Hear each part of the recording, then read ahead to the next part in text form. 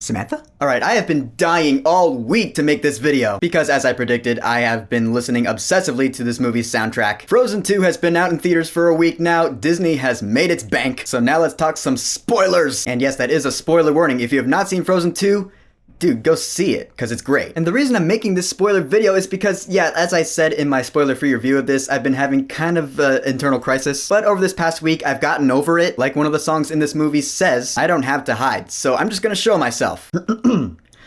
I love Frozen! So now let's talk about all the spoilers in Frozen 2. So Frozen 2 starts out after that awesome introductory music by Christoph Beck, who I forgot to mention in my spoiler-free review. Yeah, his score in this movie is just as good as it was in Frozen 1. Actually, his score in this movie was better than his score in Frozen 1. It was more adventurous, and whenever it, did one of the songs from the soundtrack in the score, I always love it when they do that. The musical transition from score to song, I thought was great every time. And just that introductory music in the logos, na na na, hey ya na, that welly, and then that low brass coming in, boom. I was like, okay.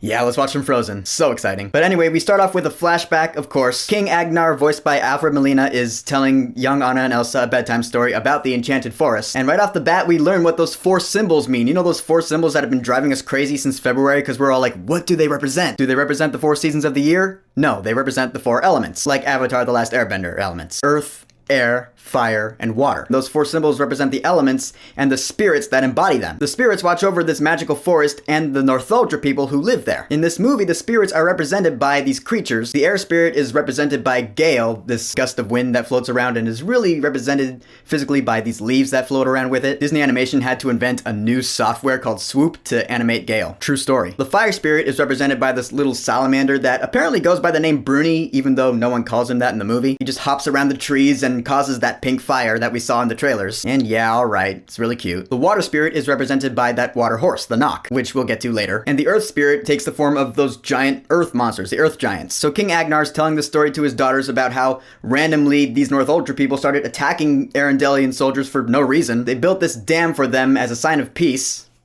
And then randomly these Northuldra soldiers started attacking them. I bought this at first because I didn't have anything else to go on. But it is interesting that there are parts of that story that are just not true. Again, we'll get to those later. And then we come to the first song in the movie, sung beautifully by Evan Rachel Wood as Queen Iduna, and it's called All Is Found. She sings it as a lullaby to little Anna and Elsa, and it's about this river, Holland, which is funny because for the longest time I couldn't remember that name. I was like, Ata who what? And the way I ended up remembering it is that it sounds like Tom Holland. So yeah, Holland. And All Is Found is honestly one of my favorite songs on the soundtrack. It's great. Where the north wind meets the sea, there's a river full of memory.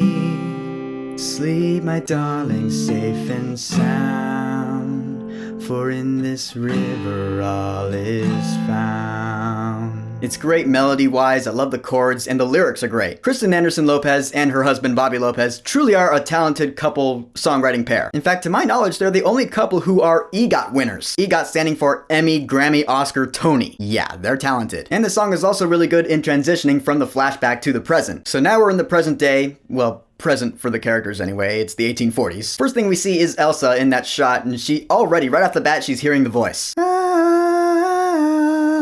Fun fact about that voice, in Norwegian culture, Scandinavian culture, it's actually a real thing. It's called kulning. It's something shepherds would use to call in their cattle. Certain calls would call certain animals. And it did sound like that. Again, filmmakers doing their research. It's really cool. They went to Norway and Finland and Denmark. They signed a contract with the Northern Sami people, who are the Northuldra in this movie, that they would represent them respectfully. That is awesome. Props to that. But anyway, then we get into our second song, which is Some Things Never Change. It's pretty much the catching up with what we've been doing for the past 3 years song. And I'll admit, it's not my favorite song on the soundtrack. It's like, for me, it's a little too like la-di-da happy. Some things never change, like the love that I feel for her. And that was my biggest takeaway from this song, is that Kristoff is planning on proposing to Anna, who is 21 years old in this movie. What is it with everyone getting hitched so young these days? But also the fact that everyone's singing like, oh yeah, we're all great, nothing's ever gonna change, this is just how it's gonna be forever, we're all just gonna be happy. That's pretty much on the nose, telling me so things are in fact gonna change. I mean, throughout the song, things are changing, like the guy's painting a picture of the tree, but then it gets chopped down. Kind of a twist of irony in there. So yeah, it's pretty much saying things are gonna be different after the end of this movie. And it shows because that cooling voice keeps coming up in Elsa's head, but it's not actually in her head. It's out there somewhere. It's waking her up in the middle of the night, and yeah,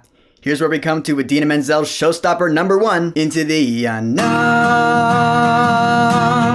Into the unknown. Into the unknown.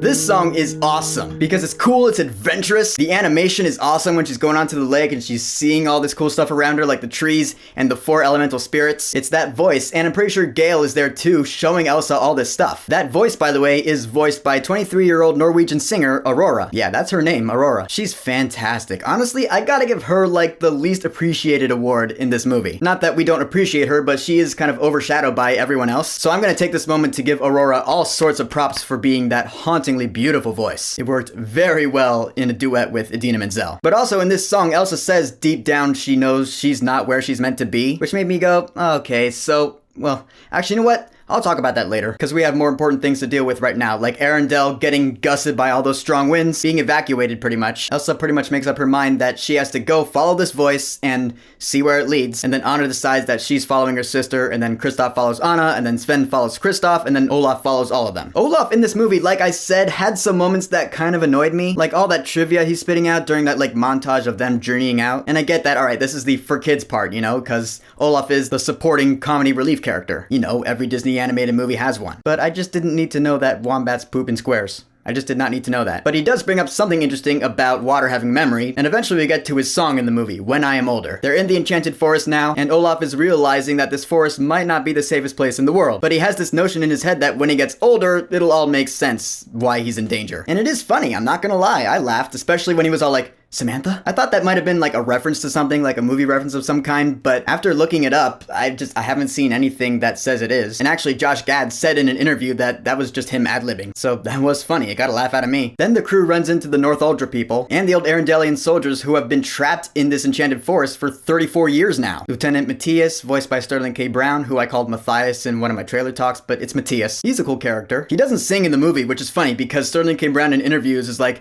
I can't tell you if I sing or not, which kind of implied that he does, but he doesn't. I don't even know if Sterling K. Brown can sing. Can he sing? I don't know. And we also meet Ryder and Untitled. And right when Ryder and Kristoff hit it off, I was like, bros! It was like a Finn and Poe kind of moment where I was like, they just gravitate towards each other over their love of reindeer. I'm sensing a strong bromance brewing. And also Untitled. And yeah, I said in one of my trailer talks that that little girl was Untitled. That's not Untitled. This is Untitled. And she has that moment with Elsa by the campfire, and yeah, I don't even care. I'm just gonna say it. I ship Elsamaren, okay? One of the many reasons I feel we need a third movie, because I feel like this needs to happen. I was sensing a spark. There. Right there. When she gave her that look, I was like, maybe. Disney, U-Haul has spoken. Let's make this happen. It'll come with perks. Your fans will love you for it, and you will make lots of money. Just saying. So eventually the crew has to continue on the quest. Kristoff and Sven stay behind, and yeah, now's where we come to Lost in the Woods, which is Kristoff's song. Oh boy. I'll admit, upon second watch, I didn't hate it as much as I did the first time, but I still just don't like it. I don't. It's just so cheesy in a really bad way. Like it's bad on purpose, but that doesn't make it good.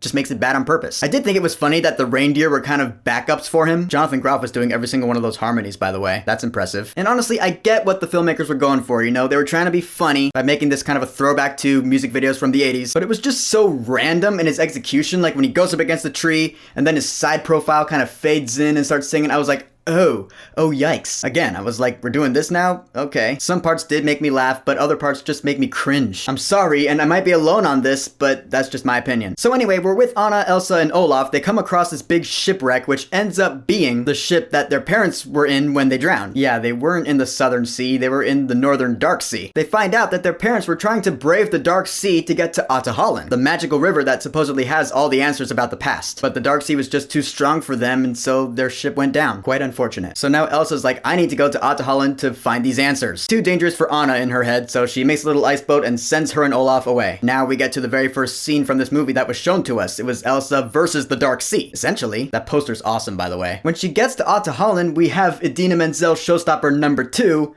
Show Yourself, which is also just awesome. She lets all of her hair down, which I'm a sucker for girls with their hair down. She goes deeper into this glacier and finds out that that voice that has been calling her was in fact the voice of her mother. And she finds out that she was the fifth spirit that is supposed to like bridge everyone together in a truly epic moment. You are the one you've been waiting for all of my life, all of your life. I gotta say, Into the Unknown is awesome. It's really good, but Show Yourself, definitely my favorite song in the movie. Because it's so dramatic and so epic, and the way it ends is just fantastic with the choir coming in. Yeah, I listen to that with headphones on, it's like I'm there at Ahtohallan itself. It's pretty cool. But then Elsa goes further into the glacier, which she was warned in the lullaby, don't go too far or you'll be drowned. But she learns the truth behind the dam that was built all those years ago by those old Arendelians, and her grandfather, King Runard, he was not a nice person. Because it turns out that that dam was a trick. They used it to weaken the forest so they could take over their land. Yeah, some history lessons about colonization in Frozen 2. But in learning this truth, Elsa herself freezes to death. I will take that leap and say Elsa was actually dead for a good minute there. Because she freezes up and you get that scene where Olaf he flurries away. And who didn't think of Spider-Man in Infinity War? We all thought of that, right? I feel like the whole world unanimously thought of that moment from Infinity War when Olaf had that moment in this movie. You know, he's dying in Anna's arms and, you know, the snow's coming off of him. He might as well have said, Anna, I don't feel so good. Because that's totally what that was. But then Anna has her moment. This is her solo song debut because she didn't really have a song all to herself in the first movie. So now she gets one, The Next Right Thing. And I love this song too because it starts at Anna's lowest low. As far as she knows, her sister and one of her best friends, they're both dead. So it's like she has nothing to live for anymore. It's pretty depressing. It's pretty dark. But then there's a small part of her, this is what makes it so great, there's a small part of her that says never give up and just do the next right thing. She brings herself out of this dark and gloomy cave of depression and steps into the light and says, no, you know what? I've got to finish this. The big dam has to fall in order to right this wrong. So she does it by waking up those earth giants and having them throw their boulders. And here's one of two things in this movie that really reminded me of Lord of the Rings. Because for those of you who love Lord of the Rings and saw this movie, who didn't think when the earth giants were throwing their boulders at the dam, who didn't think,